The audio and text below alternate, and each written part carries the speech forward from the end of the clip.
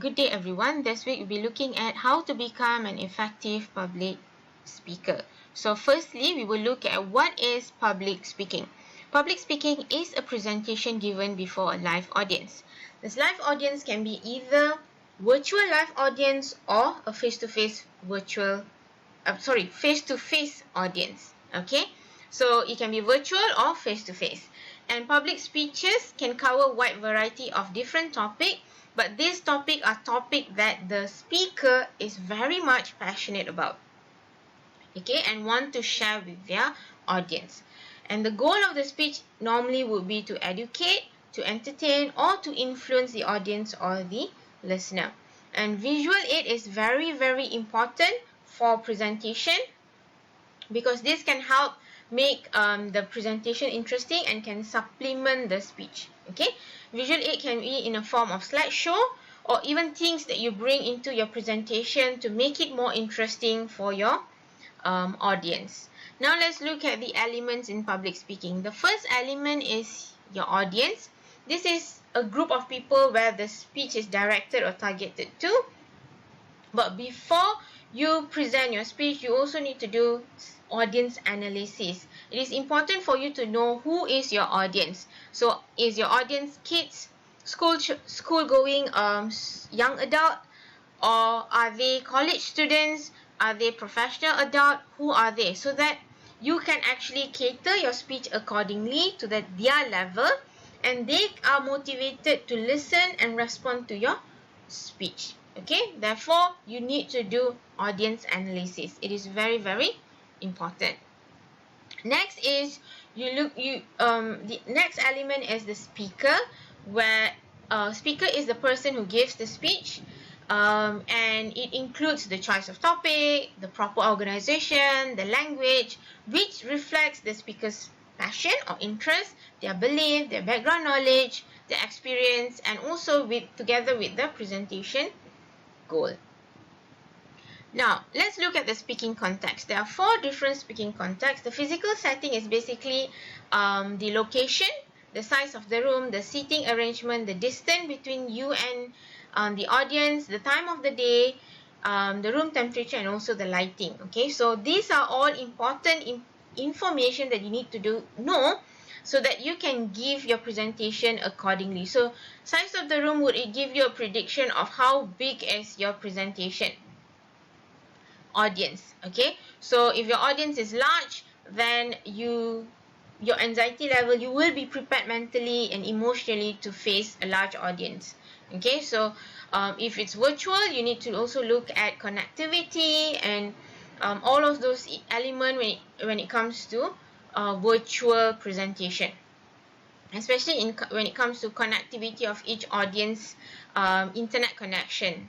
Okay, historical setting is where it is actually events that happen before you give your presentation or during your presentation. So for example, you are going to talk about cancer, for example, but before that, a week or 2 before that, you had an audience member few audience member actually lost their family member due to cancer. So you need to know that so that you can actually give your speech accordingly, or even you're giving a speech during Cancer Awareness Month. Okay, so you can cater your speech according to the setting. And then cultural setting is also very, very important, where you need to cater to their values, their beliefs, so that you don't offend them. If you're giving presentation to international audience, then you need to know the differences in cultural, so that you don't offend your audience, but you help them to improve their knowledge, okay, instead of offending them. That is cultural setting. Psychology setting is what is the mood of your audience. For example, if you know the time of the day, for example, your presentation is given during lunchtime, so you need to know how are they feeling. Are they feeling tired? So you need to cater accordingly. If they're feeling tired or bored, then your presentation should add on humor probably, okay, so to enhance that presentation setting, that they are interested and motivated to listen to your presentation. Okay, speech planning.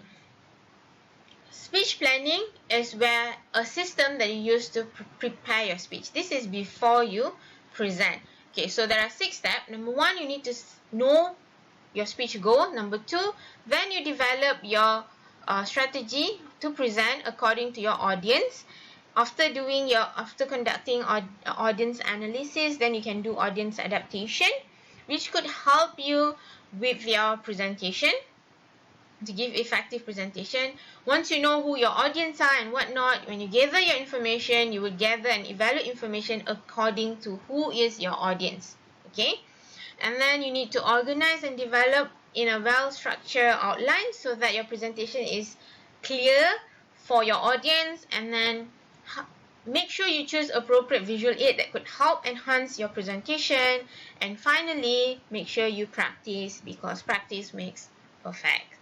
Alright. Now, on the day of presentation is where the presentation actually happens. So you need to be conscious about your goal and what you have actually planned.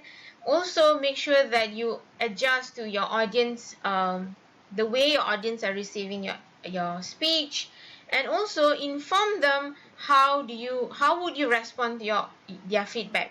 Would you prefer the question asked at the end of the presentation, or are you okay with interruption in between? So remember, you are in control of your presentation because you are the person who's giving the presentation. So in that presentation setting, you are in control, so you direct your presentation. Okay, so you need to inform your audience how do you want your presentation to go. Alright, if you're okay with interruption, then you can actually let them ask questions in between. If no, then you can provide feedback at the end, and make sure that audience feedback is answered or respond accordingly and politely to your audience. If you cannot answer, then tell them you will respond after the presentation. Alright, now speech effectiveness is the extent where your audience actually take back. What do they remember about your speech? Okay, it is based on 4 factors. The first factor is audience-centered, which means that you cater, when you do your audience analysis, you cater to their interest, desire, and needs. So when it is audience-centered, the message will be effectively delivered because they're interested, they're motivated to listen. Number 2 is audience-appropriate content, where the level of content that is given is appropriate. You don't give kids content to working professional. Okay, so then it will be very boring for them. So make sure it is appropriate. Well structured, make sure you develop a proper structure. Macro structure here means your introduction, body, and conclusion.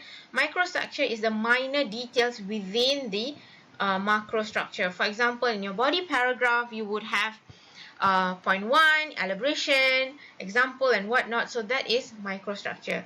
This is important so that you can deliver a clear message and your message is well structured and easily understood. And finally, you deliver enthusiastically, where you speak to your audience conversationally, you have expression and whatnot that makes your audience to be very interested in your presentation. When they're interested, they will remember. When they remember, they can take back, and your speech is effective. Okay, so this is the first part.